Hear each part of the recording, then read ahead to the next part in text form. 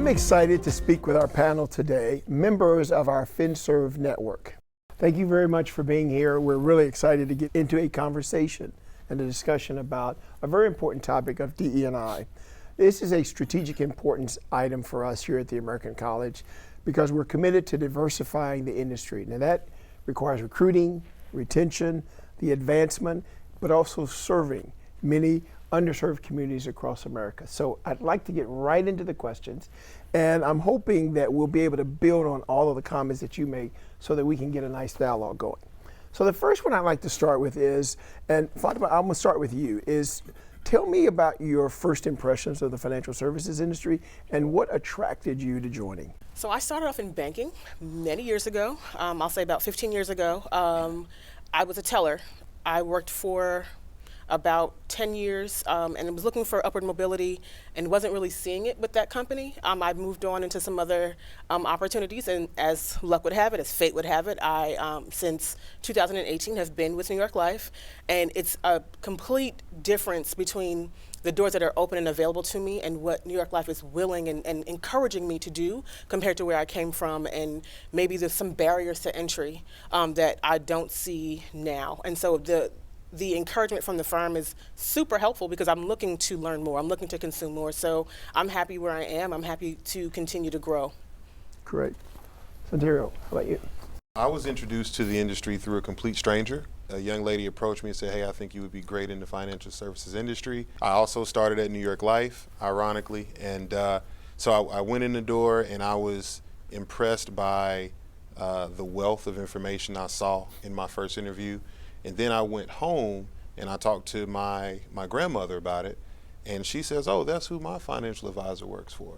So she started pulling out all these statements, and I realized that the person I viewed as financially successful was at a New York Life, and that was her, that's where she was getting her financial advice from. So that's when it just confirmed everything, and I said, okay, I'm gonna jump into this business. Good, let me stay here. Alanah. Yeah, I had very negative perceptions of the industry. Like, I legit thought it was like Wolf of Wall Street. Like, I did not study anything in school related to finance, and I remember when I came for my interview, and it was a recruiting position for Lincoln, and they were talking about annuities in my interview, and I was like, I hope I can figure out what those are, because I had not a clue in the world what an annuity was, or like I heard of life insurance, but I think totally dumbing into it. And then as I got to meet financial professionals and understand what advisors did, I very quickly realized how important it was, and now I'm stuck here. I've become passionate about what we need to do to help change that perception. Great. Marco. Yeah, so initially, growing up, my mindset was to learn about money. Didn't really know what I wanted to do from a professional standpoint. I just knew that I wanted to learn about money and not make some of the same mistakes that my family had experienced coming up as a young person. But coincidentally, my AAU basketball coach was actually a financial advisor, wealth manager for a very large institutional firm, et cetera. But I didn't really know about it at that age. However, so fast forward to completing a second degree in finance, I stumbled upon a financial advising role with a Midwestern firm, and I actually started off my time in the business knocking on doors, going door to door, selling my services, marketing myself and my skill set, and essentially that's what kind of began my path within this industry. That's great. I want to stay with you. Each one of you talked about someone you saw or an opportunity you saw within the sector or the industry that you went in. So now you're in the business, and I believe that all of you are going to be great mentors or are great mentors and sponsors for folks. But for you, let's start with who was instrumental in your career in the beginning that sort of helped you solidify that this is the profession I want to be in and stay in? And we'll come back to you. Yeah, that's a good question. And initially it was actually in the interview process. So this particular firm that I had began my career with, they really kind of prided themselves on the fact that they only accepted 2% of the applications. And so the person who interviewed me subsequently told me after the fact that he had actually given me the highest score he had ever given anyone in the interview process, and he was a stickler. Wow. I couldn't read his mind at all. I mean, we talk about the poker face of all poker faces. He had it. And so subsequently, when he shared that with me after the interview process, that essentially spoke to my confidence level, and it increased my confidence level significantly because there was a certain amount of doubt there. I knew I had some basic skill sets in terms of building relationships, connecting with people, et cetera. But once I got that feedback and received that feedback from him, it told me immediately that I could be successful in this career. That's great. Fatima. So I was able to attend an African American market event in Houston, and there was a managing partner from a West Coast office who was speaking to people who were brand new in the industry, and he gave 5 processes, 5 tactics to just maintain your business. And it was something I needed in the moment. I was unsure in that transitional period. I was able to travel out there, but was not really sure how long I was going to stick around. Just had some questions and I couldn't get answers to. And I felt like those 5 tactics helped me answer questions and provide clarity for myself into the future in this career. And so now I can call it a career and take those same 5 practices, not only for myself, but to share with others. So it's been instrumental and a part of my everyday, every week life that he used for himself to go from advisor to managing partner, running an entire firm, an office, excuse me. I can now use those same practices for myself, so. Great. Alanah.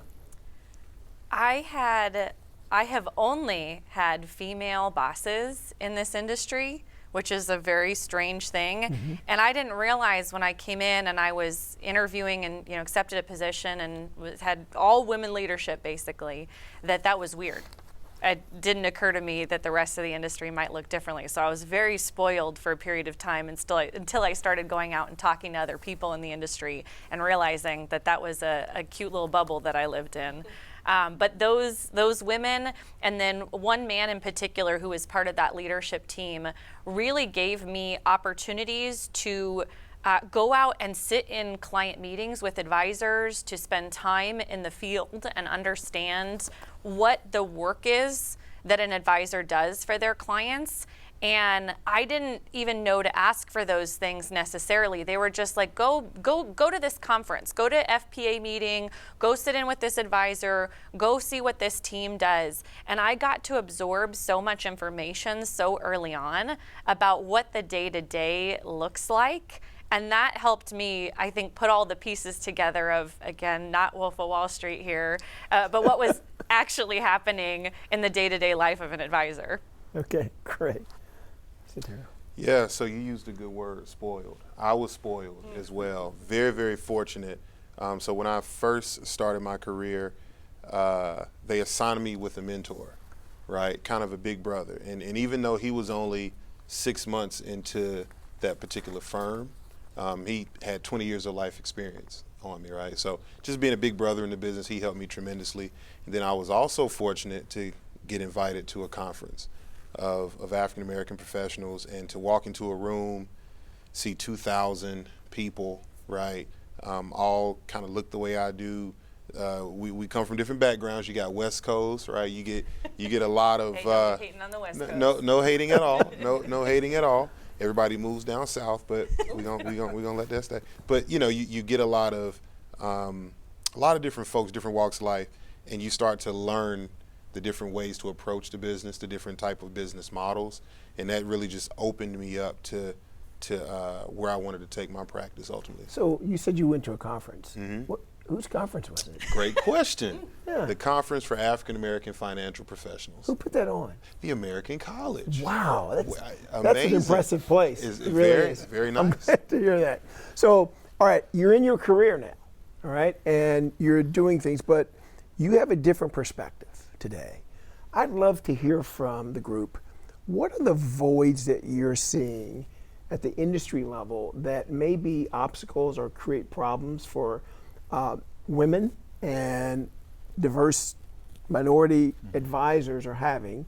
But I'd also like you to connect that to, and what are you seeing that maybe firms are filling for voids for consumers? All right, Alanah, we'll start with you. You knew I had something that was cooking up you there, were like, huh? I saw you there, and I wanted to make sure we could get it out. I know it. I was thinking to your first question, one of the other people who was influential for me was a woman who had come to speak at an event for women. And she got up on stage and she talked about how the office walls at her office, she had painted them purple. And I don't know why this like purple walls thing for me at the time, I was 6 months in and all I had seen was mahogany desks and, you know, plain walls and mostly men. And, you know, I started to see what was happening here. The purple walls thing for me was a eye-opener, right, of what are the possibilities, your career as a financial professional, all these things that you can do to differentiate yourself, to not do it the same way that everyone else was doing it in white shirts and blue suits. And that is a thing that I feel like, unfortunately, so many of the companies in the industry that either bring in new people or attract new people to this business, everything is still this same cookie cutter.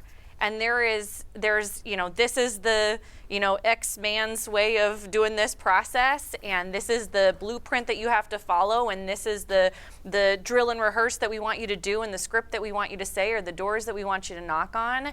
And the folks that aren't that cookie cutter might want to do things a little different way. Right. And the industry is still struggling to adapt to new ideas. We like things the way we've always done them. We hear that a lot.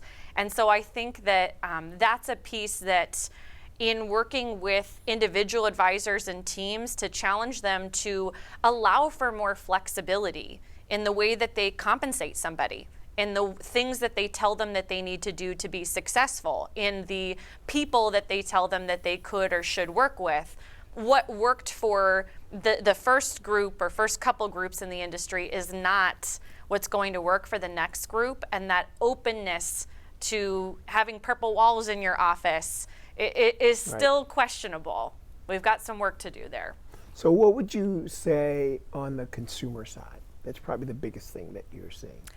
I think honestly it's fixed by the first part of it, right? If we have more folks in the industry that look like the clients that may want to approach an advisor, I think there's a lot of negative stigma, PR about the industry, and there have been some bad things that have happened. But again, my own perspective, I thought it was Wolf of Wall Street. I'm not going to the guy on Wolf of Wall Street and asking for advice from him. Also, he doesn't want to talk to me. Right? And so to see somebody who might look like you, might think like you, might have similar experiences to you, and could relate to your money story, your money problems, I think that one will fix the other. Okay. Marco. Yeah, I think initially, from a professional standpoint, is the lack of mindset related to development. Okay. When I think about development, I think about coaching. So tying that to kind of my athletic background, you know, you have to be able to value talent, to spot talent, and you have to be willing to develop talent. And there's a lot of talent across the spectrum, across many different cultures, many different communities, and that's only going to better serve our society as a whole.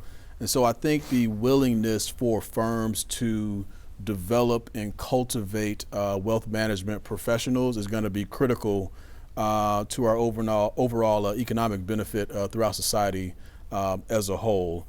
When I think about what we're currently doing within my firm right now, I think that mindset is of significant importance. And so the mindset from a management standpoint is not management. It's really more so from a coaching aspect. Okay. How do we bring out the best in the professionals that we've brought on board? How do we ensure their success as professionals, not just purely for the business, but for their families and for themselves? And so how do we pull that out of them as we go forward? And that's one of the things that I'm extremely excited about and continue to be excited about in terms of my day-to-day interactions with advisors across the board. As far as the consumers are concerned, there is still a bit of an issue, even though we're seeing fees and internal expenses come down with respect to a variety of different investment-related products. I still believe there is a bit of an issue with respects to access. So if I think about a traditional advice model, if I'm an advisor looking to jump on board with XYZ firm and their mindset is, hey, Marco, who do you know? Who's in your Rolodex? And if I don't come from an affluent community, a community that's based and steeped in wealth, I'm not going to be as attractive to that particular firm, right? Now, the reality is it's a money business. We still have to generate revenue. We still have to generate value for shareholders. But the challenge is, once again, getting back to the greater benefit of society. How do we rise the tide so we can lift all boats so that we're all in a better position as we go forward? And so when we think about this issue of access in terms of the types of advisors that we're looking to onboard into our firm, we can't just be purely focused on who's in their Rolodex, what level of access of wealth do they have, et cetera. The issue is are they coachable? Are they trainable? Are they looking to improve and better themselves, et cetera? And so those are things that I think about from a professional aspect within the industry, as well as how it impacts the consumer externally. Okay. Well, to speak to your point regarding who's in my Rolodex, right? What if I don't know the components of my Rolodex? If I'm looking at names and I just know that this person goes to church with me, I don't know their net worth. I don't know if I'm worshiping next to a millionaire. I don't know if I am living next to a humble somebody, right? So understanding that the verbiage, the language that I'm supposed to understand before I understand it is hard. But in the same vein of the development conversation, I think a lot of companies in general do a really good job of teaching the frameworks. And then when it comes to cultural understanding, it might be more of a overarching conversation and not so local. And I think that's an important conversation. It's local because what moves the needle for the African American in New Jersey may not move the needle in Atlanta, Georgia, California. You know, pick an area, pick a region. And so back to the languages. And I think that a part of financial services is understanding what you hear so you can speak the language, you can speak it back, right? So when someone's speaking to you about a topic or a need or a gap that's not been filled, you know what you're hearing when somebody's talking to you. And so if it's local, if it's regional, and I'm not being coached on a more regular basis on what may be affecting people in my area, in my market, in the African American or in the Latino market or any other diverse market, how do I know how to be of service in that way? So I think that coaching the advisor culturally, in a cultural manner, will also lead to having a more diverse consumer, a consumer that I can actually, or a client that I can move along the process because I know what I'm talking to and who I'm talking to. Okay. George, if I may, Please. just because I Yes. think this lends itself I was to gonna ask something as well. the conversation we're having of the systems that exist. Like, they don't support cultural differences for sure, right? There's this cookie cutter ideal client in the industry, and then there's a cookie cutter ideal way to work with them so that you can be compensated. And there is still a lack of flexibility. If you want to work with somebody who's from your Rolodex, you do know some people, but they don't have advisory assets for you to manage, then you can't be an advisor, right? You're not going to survive. Right. And the answer to that isn't you can't be an advisor. It's how do we have other ways that you can be successful in this business and earn an income? And again, we're seeing a little bit of that where you charge a percentage of income or there's a subscription fee, but there is still a very strong resistance to allowing for those flexible arrangements and how you build your business, and it's cutting off those opportunities. One, maybe you don't know enough people, but if you do know the people, you can't work with them in a way that is flexible for you still. Wow. Before I come to you, Centairo, you had a comment. I was just what triggered Fatima, to your point. What triggered in my mind was just kind of thinking about this concept of the millionaire next door. It's like, what does wealth look like?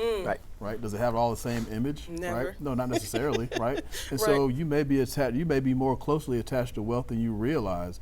And I just want to course correct because I mentioned the word Rolodex, so I clearly am showing my age.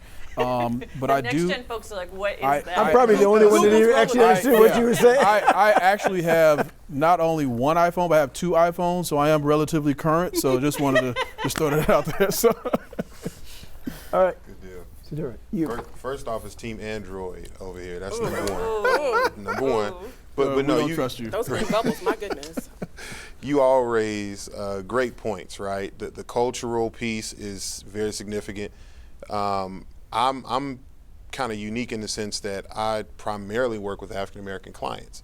99.9%, right? And so that's kind of unique in this business. Then you also speak to business models and flexibility. So I think one of the biggest things is helping advisors know how to pick the right business model. I think is very, very, very important to start off.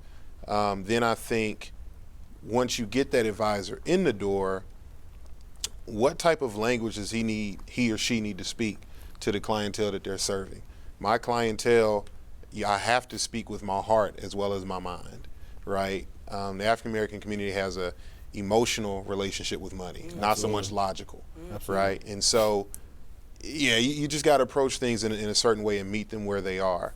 I think one of the voids as far as a consumer standpoint, trust is a very, very big thing. Right. Not only with the advisor, sometimes once I get beyond that and they see someone that looks like them, I can simplify very complex issues to where they get it. Then it's, okay, well, who are you with, right? Are you FDIC insured, right? All these different questions come up and you have to now build the trust for the institution with that client. Then here's the third wrinkle I've run into is there's a trust or distrust between generations, okay? So grandmother or grandfather, yes, they might be the millionaire next door, a couple $1 million of assets, but they don't trust leaving it to the generation behind them, right? There isn't a dialogue and a communication between both sets, and so now wealth gets lost, right? And it's very, very unfortunate because in my community we can't afford to lose wealth, right? So it's getting them to trust institutions, and then how do we trust ourselves? Because to build wealth, it takes a community ultimately. Absolutely. Yeah. Absolutely. So you all have talked about business model, you've talked about the structure, you've talked about the culture, you've talked about access, you've talked about understanding the system you're operating in, the system that you're having to help people navigate for them to even do business with your firm. You talked about this issue of trust. We've talked about bringing people along. I got one question, and we only have about a minute, so I want everybody to give me like a quick answer. All right. You have your magic wand. What would the one thing you do to make DE&I work better for the industry with your magic wand? Scenario, you're going first. Sorry, no you got to pressure. go first. Magic wand, it would be number one to connect more African American advisors, and it would be to then connect those advisors with the clientele that actually wants the advice, and they're kind of beyond the I don't trust type situation. So it's just connecting the right advisors to one another so we can be stronger together, and then connecting them to the right clientele so that we don't lose wealth in the process.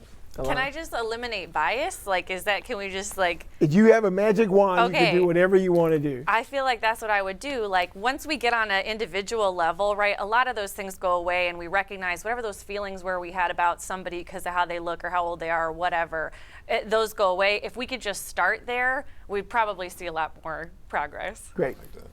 A one-on-one mentorship program. So partnering a newer advisor with someone established, because a lot of times these new advisors are afraid to ask. And I think that is the biggest issue with either somebody's going to ask and say, hey, you know something, I don't know it, teach me, or they're not going to ask at all, and they could possibly lose out and it'd be a disservice to them because they were in the right place, they just didn't ask the right question. So that's me. Marco, we're closing with you. Automatically educate every person out there about the importance of financial literacy.